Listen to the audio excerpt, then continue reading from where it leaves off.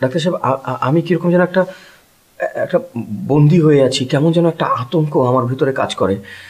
মানে আমি যেদিকে তাকাই আমি রেশমিকে দেখতে পাই।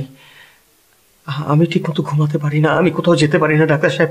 আমার মনের মধ্যে কেমন একটা আতঙ্ক, কেমন একটা ভয়। আপনি আমাকে বাঁচান ডাক্তার সাহেব। আপনি কি একা এসেছেন? জি, মানে এখানে কি সাথে কাউকে নিয়ে আসতে হয়? Not necessary.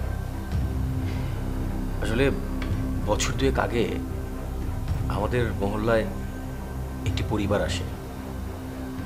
তাদের মেয়ে কলেজ পড়ুয়া। আমরা একটি চায়ের দোকানে বসে আড্ডা মারি। আমরা 3 বন্ধু। মেয়েটি রোজ কলেজে যাওয়ার সময় আমরা দেখি আমাদের এক বন্ধু হেলাল ওর মেয়েটিকে খুব পছন্দ হয়ে যায়। আমরা যখন বুঝতে পারি যে মেয়েটি আসলে হেলালকে পছন্দ করে না, তখন আমাদের বন্ধু মহলে অনেক রকম হাসাহাসি হয় এবং হেলাল এর পর থেকেই শুরু করে মেয়েটাকে উত্তপ্ত করা, টিজ করা। সেরকমই একদিন আমরা চায়ের স্টলে বসে আছি, বাইরে ঝোড়ো বাতাস।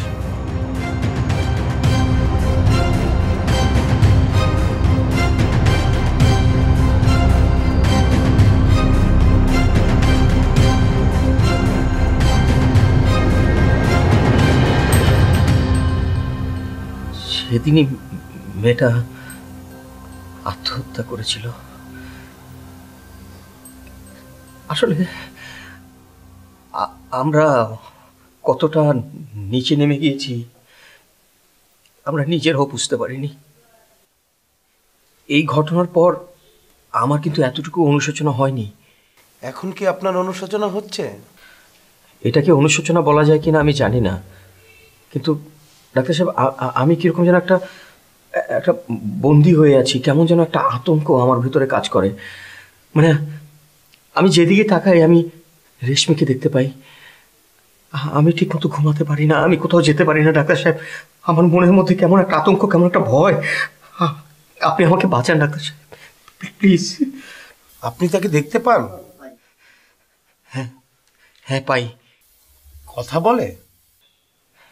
হ্যাঁ বলে, মানে এর আগে কখনো সেরকম ভাবে কথা হয়নি, মানে আত্মহত্যার আগে। এখনো আমাকে তুমি বলে সম্বোধন করে।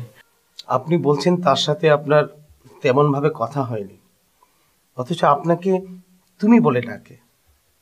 এটার কারণ আপনার অবচেতন মন এভাবেই চেয়েছিল। না কিন্তু ডাক্তার সাহেব, ডাক্তার সাহেব,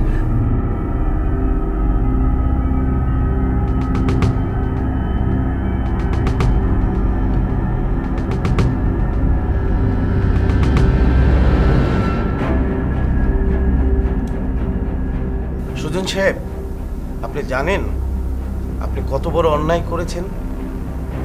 আমার বিশেষ কিছু বলার নেই। নেন, ওষুধগুলো রেগুলার খাবেন।